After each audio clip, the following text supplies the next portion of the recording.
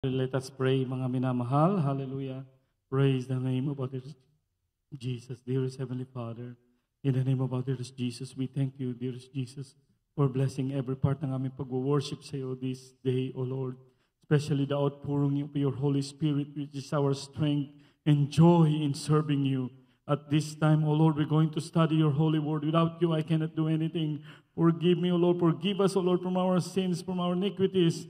Cleanse us from all unrighteousness. We pray, open our hearts and mind in understanding your holy word. Help me bring forth thy holy message with love and power. In the mighty name of Jesus and leading prayer ng ang beloved pastor, we rebuke and bind all power of darkness, unbeliefs and doubt cast out in Jesus' name. Hallelujah! Hallelujah! Praise the Lord. In Jesus' name, you may be seated na po. Praise the Lord, mga minamahal. The highest praise, honor, and glory and thanksgiving is only unto our dearest Jesus.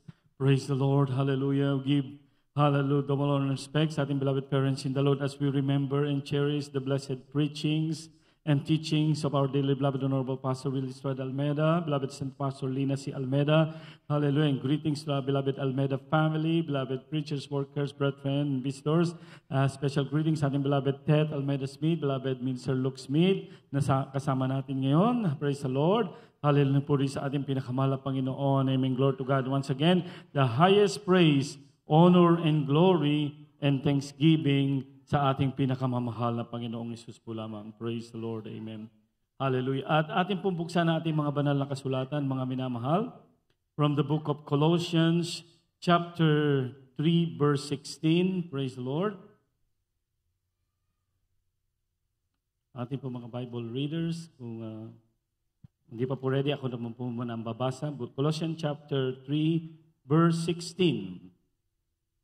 Let the word of Christ dwell in you richly, in all wisdom, teaching and admonishing one another in psalms and hymns and spiritual songs, singing with grace in your hearts to the Lord.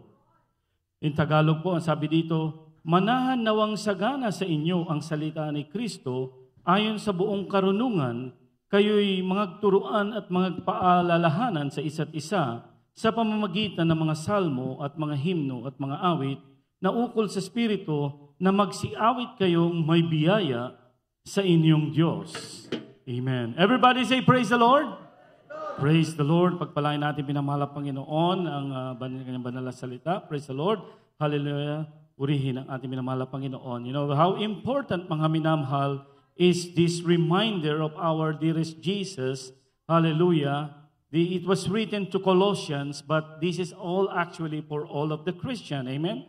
Let the word of Christ dwell in you richly. Amen. Teaching and admonishing one another. That's why it's so important for us to read the word of God. Amen. Not only to know it, but to learn to apply it in our lives. Amen. Praise the Lord. We already sang a spiritual song, singing with grace and melody to your heart. Amen. Spiritual songs. We worship our dearest Jesus. Amen. So we are doing everything, hallelujah, according to the word of God, as taught by our beloved parents in the Lord.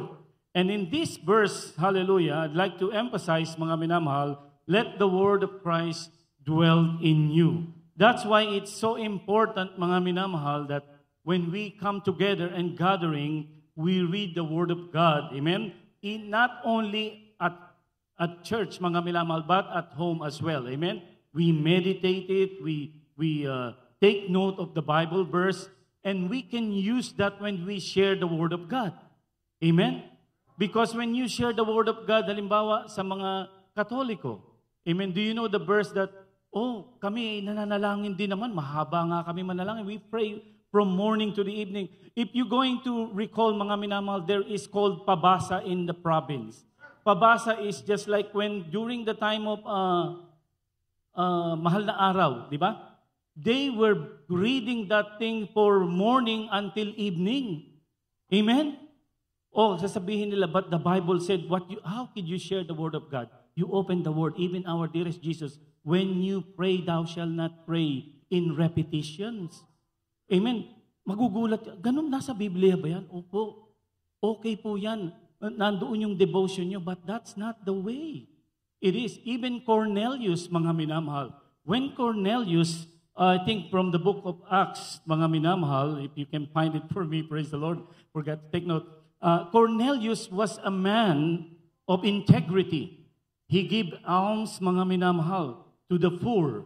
And you know what happened, mga minamahal, when our dearest Jesus saw that he's doing the right thing for the people, and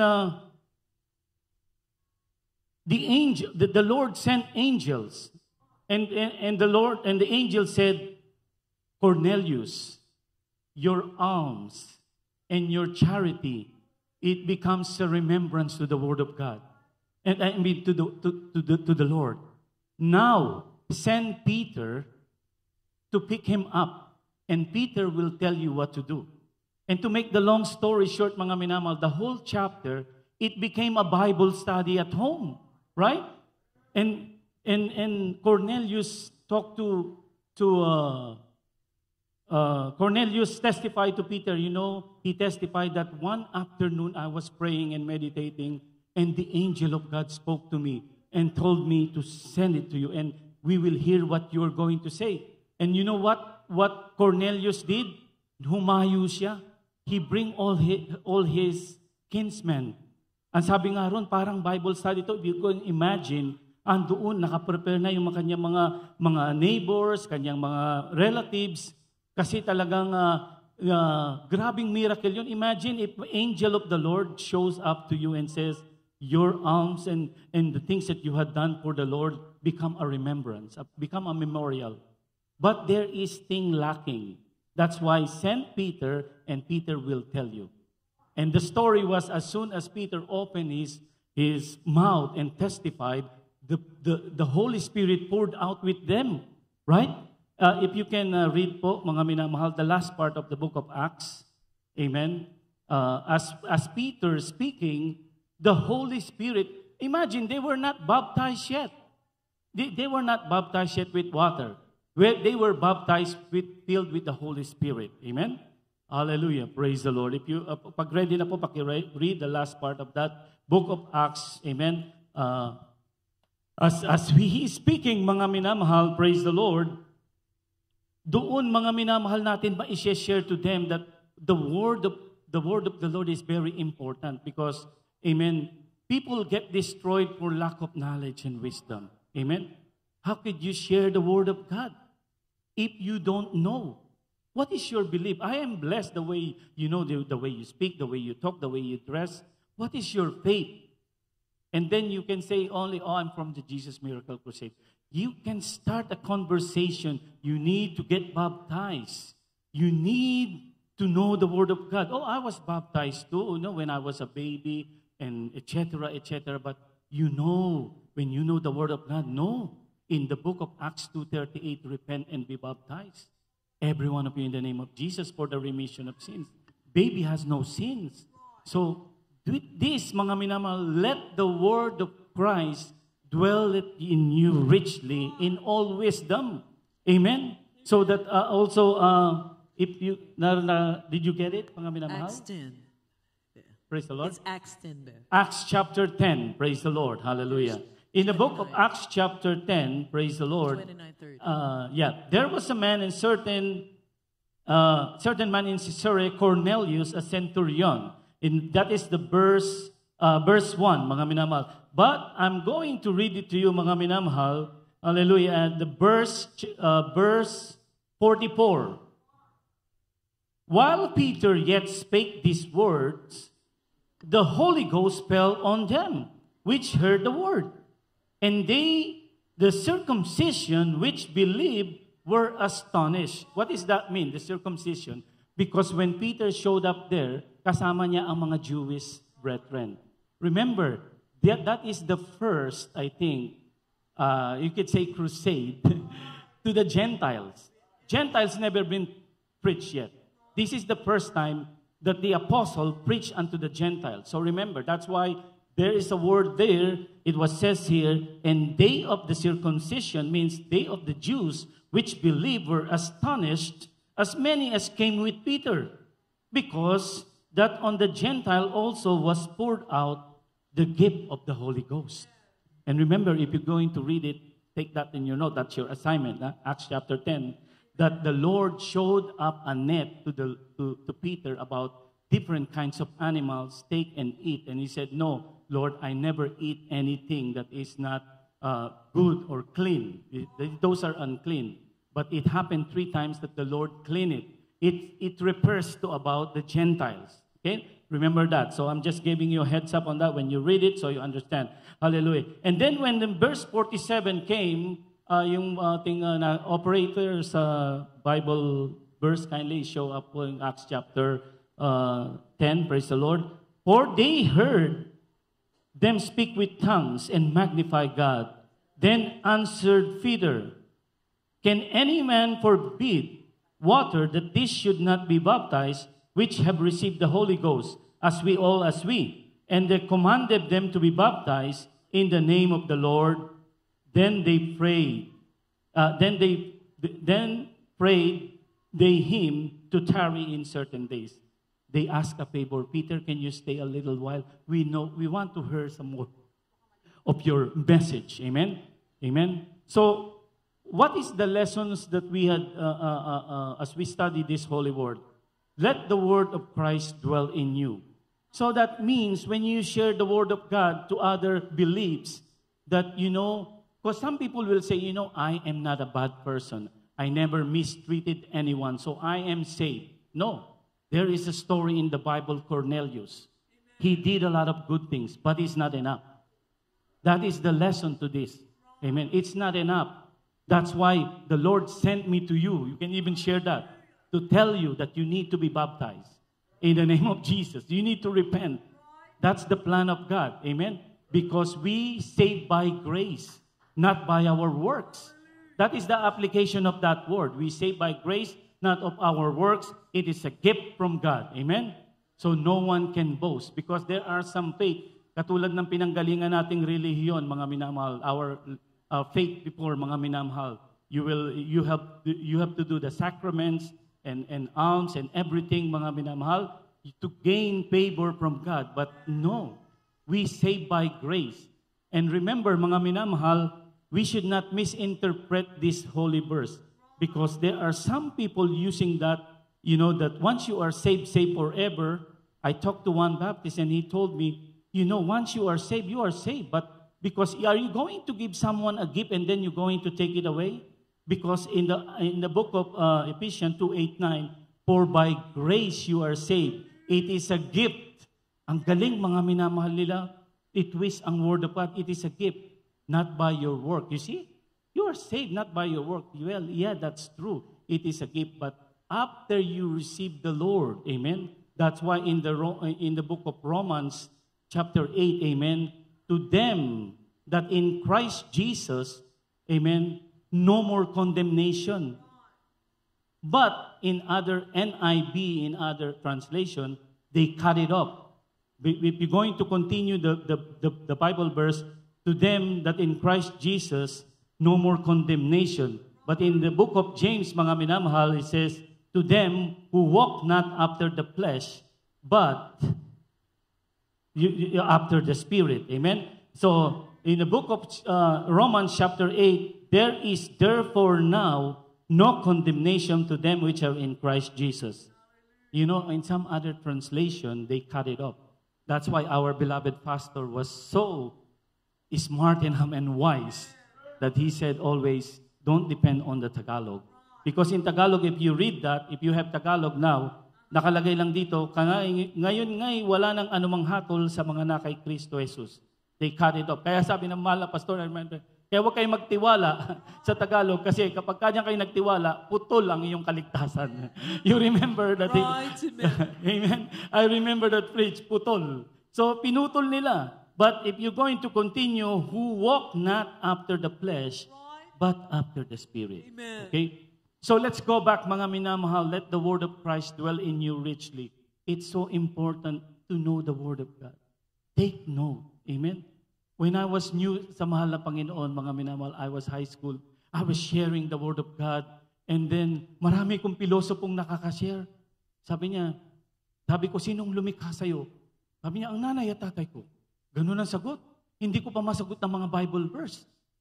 Tapos, ang ginawa ko lahat ng mga hindi ko masagot, itinake note ko. And then I research. And the next time we came together, I shared to him. I opened the Word of God. Can you say amen? And glory to God po, mga minamahal. I was just sharing you my experience. Because, mga minamahal, that's why it's so important. In Ephesians chapter 4, verse 14, when the Bible reader read it po, mga minamahal, it's so important for us to know the Word of God. The Bible said that we are no more being tossed to and fro with kind of wind doctrine. Because there are a lot of Christians also preaching the Word of God. They using Bible verse. Mga minamahal, I was just watching mga minamahal sa television ng mga tele-evangelists, but they never spoke about stopping from sin or about dangers of hell. It's all about love. Where, if you really love someone, you have to rebuke it and reprove. As the Bible said to Timothy, I remember a beloved pastor when they were in severe trials and they cannot longer any hold. Lord, maybe my status is not, my place is not here. Maybe because he has a mind of business. Maybe I'm on a business, but they worship and worship for hours and hours. And our beloved Mama dear was filled with the Holy Ghost. Remember that testimony? And then he said, you stay in what you are now. Amen. Preach the word. Be instant. Amen. Be instant in season and out of season. Reproof, rebuke. Because there will come a time that they will not hear sound doctrine. They will not hear the sound doctrine. They will have itching ears. That's why they choose, I don't like to hear that message diyan sa Jesus Miracle Crusade. Dito kahit ano gawin mo, walang magre-rebuke sa'yo. Walang, okay lang. Everybody is welcome. Amen? That is danger, mga minamahal. Remember, entering into kingdom of God is a narrow way. Amen? Narrow. Kaya may mga bawal, may mga limited. Amen? May mga disciplinary action. Sa walang bawal is wide and broad. Amen? Broad is the way that leadeth unto destruction. Kindly po pakibasa natin. Praise the Lord. Hallelujah. Lord. From the book of Ephesians, chapter 4, verse 14.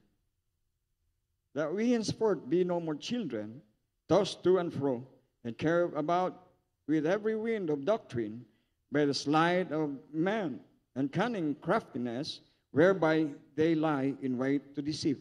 Amen. Amen. Sa Tagalog po. Tagalog po, mga taga-Epeso, Kapitulo 4, versikulo 14. Upang tayo'y huwag nang maging mga bata pa na napapahapay dito doon at dinadala sa magkabi-kabila ng lahat na hangin ng aral sa pamamagitan ng mga daya ng mga tao sa katusuhan ayon sa mga lalang ng kamalian. Amen. Amen. Everybody say, praise the Lord. Praise the mighty name of Jesus. That we henceforth be no more children, tossed to and fro and carried about with every wind of doctrine by sleight of men and cunning craftiness, whereby they lie in wait to deceive. To deceive, mga minamahal. Ayaw natin, hindi tayo dapat madideceive, mga minamahal. At madideceive lamang tayo kung hindi natin alam ang salita ng Diyos. Kapag kami gawain Bible study, ay, sa Bible ba yan? Sige, sama ako. Ay, pagpunta mo sa channel ng TV, okay yan, Bible yan. No, you have to be wise. The Bible said, test every spirit. Because many, mga minamahal, false prophet are all over the place now, mga minamahal. Sa atin, mga minamahal, nagpipreach siya, mga minamahal, later on, sinabi niya siya na yung Kristo. Sa Korea, mga minamahal, yung isang evangelist doon o pastor, ikinlaim na rin niya si Kristo sa iba't ibang bansa, mga minamahal. So, it was warned by our dearest Jesus, mga minamahal. Minarningan tayo, mga minamahal, that false prophet will arise. So, mga minamahal, it's just to give you again, mga minamahal, to remind you that we hence no more tossed to and fro with different side of doctrine, mga minamahal. Hallelujah. We need to know the Word of God. We need to know our doctrine. Hallelujah. Pagka sinabi, Father, Son, and Holy Spirit, okay yan. Trinity, naniniwala kami sa Trinity. God in 3 person. Mga minamahal, hindi po tayo naniniwala na 3 ang Diyos. Sabi nga na malapas. Pastor. It's only one. Amen? We are Trinitarians in manifestations. But, mga minamahal, only one God. God manifested in the Spirit, Holy Spirit, as Son, amen, and Father, mga minamahal. So, we are Trinitarian not in person, but in manifestation. So, take note of that, mga minamahal. We'll get into that, mga minamahal, but it will be a lot of verses that we're going to read. So, if you have any question, mga minamahal, para hindi po tayo madideceive, mga minamahal, pagka nanood kayo ng sa YouTube, maraming nagsasalita rin ng mga preachers. There were so many people who were preaching the Word of God, right? Amen. You said, oh, it's okay. But you have to be wise, mga minamahal. You have to check their doctrine, mga minamahal. There is a lot of false prophet now using the Word of God. Amen. Remember, Satan knows how to quote verse. You remember when our dearest Jesus, after he fasted 40 days, he was tempted by Satan. The first approach of our beloved dearest Jesus, mga minamahal, man shall not live by bread alone. Because sabi niya, kung anak ka ng Diyos, gawin mong tinapay ito.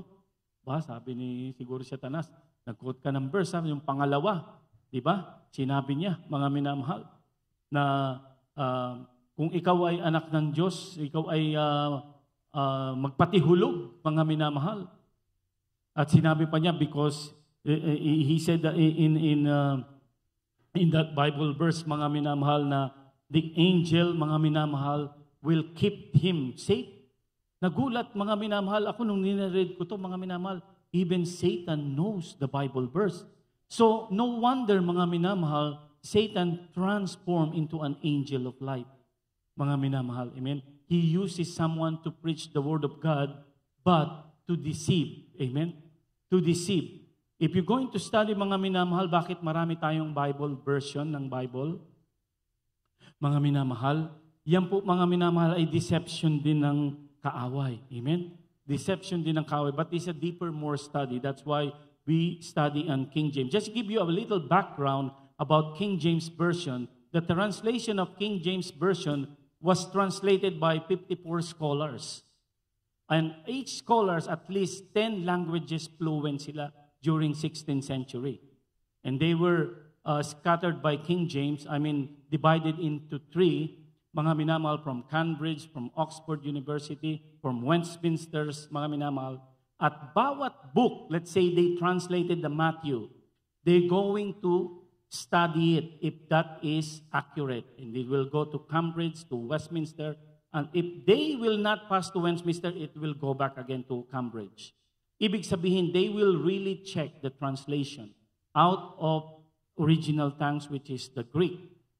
So, just to inform you, mga minamahal, ganoon, mga minamahal, about 6 to 7 years, they translate that, mga minamahal. And Satan hates it. That's why, mga minamahal, magtataka ka, bakit may mga NIV, KJV, lahat ng mga translation na yan, mga minamahal, just to get a lot of translation, mga minamahal, mas madali raw intindihin. But mga minamahal, let the word of Christ reach you, dwell, mga minamahal, yung ating nabasa. King James po ang ating babasahin. Amen? Can you say amen? We will go to a deeper study on that. I will prepare ang mga tungkol doon, mga minamahal, para hindi po tayo ma-deceive. Pagkakukuha kayo ng Bible, okay na to, kasi mas madaling intindihin. Mga minamahal, amen? King James Version is just like, how can I say it? If you're going to be served a coffee, mga minamahal, ito, mga minamahal, ay pure coffee. Yung mga other translation, nabantuan na ng tubig. Amen? So, hallelujah. Palakpakan natin pinakamamahal na Panginoon. Hallelujah.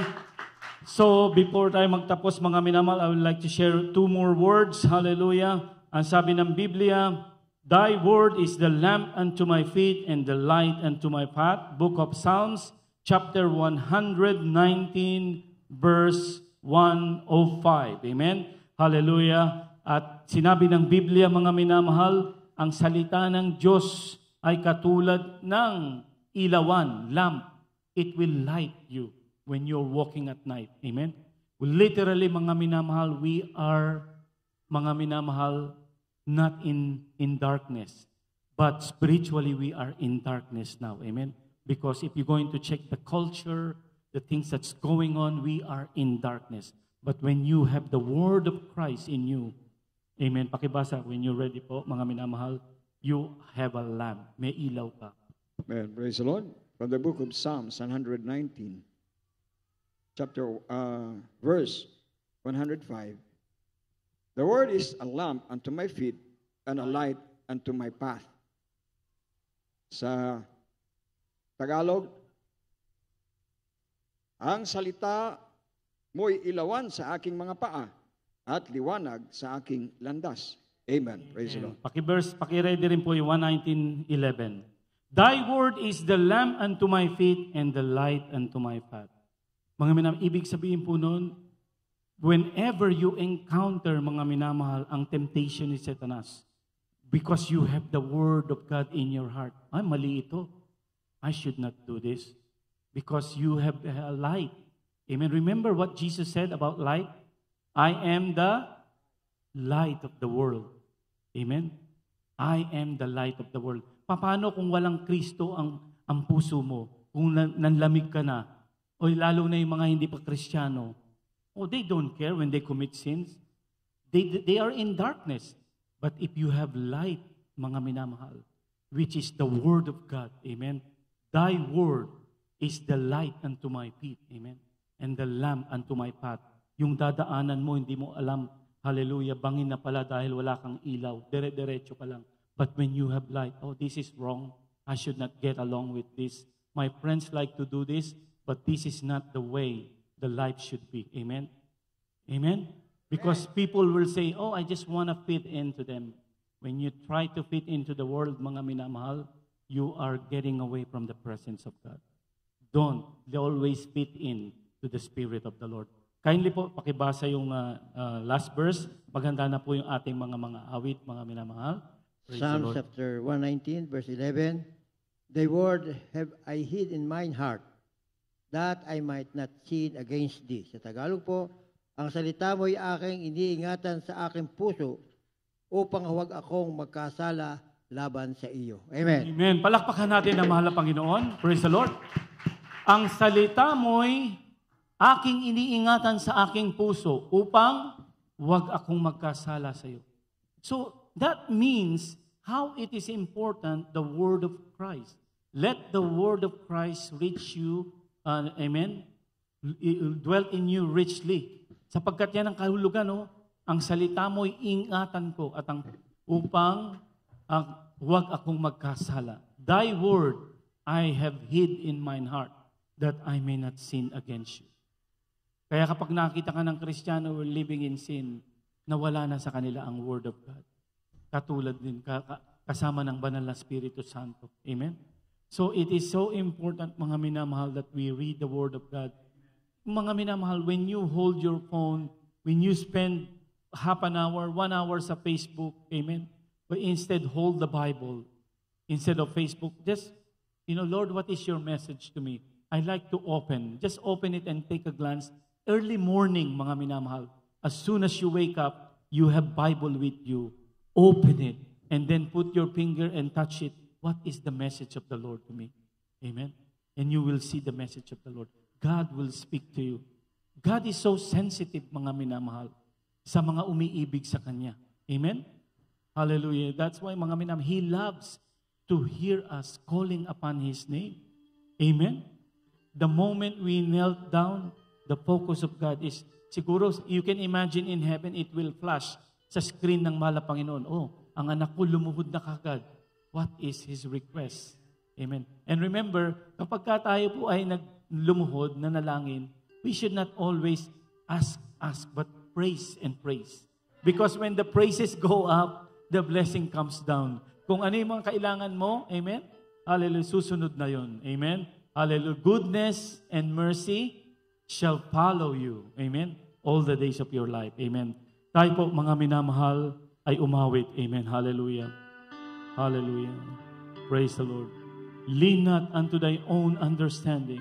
Hallelujah. Hallelujah. Hallelujah. Trust in the Lord with all thine heart,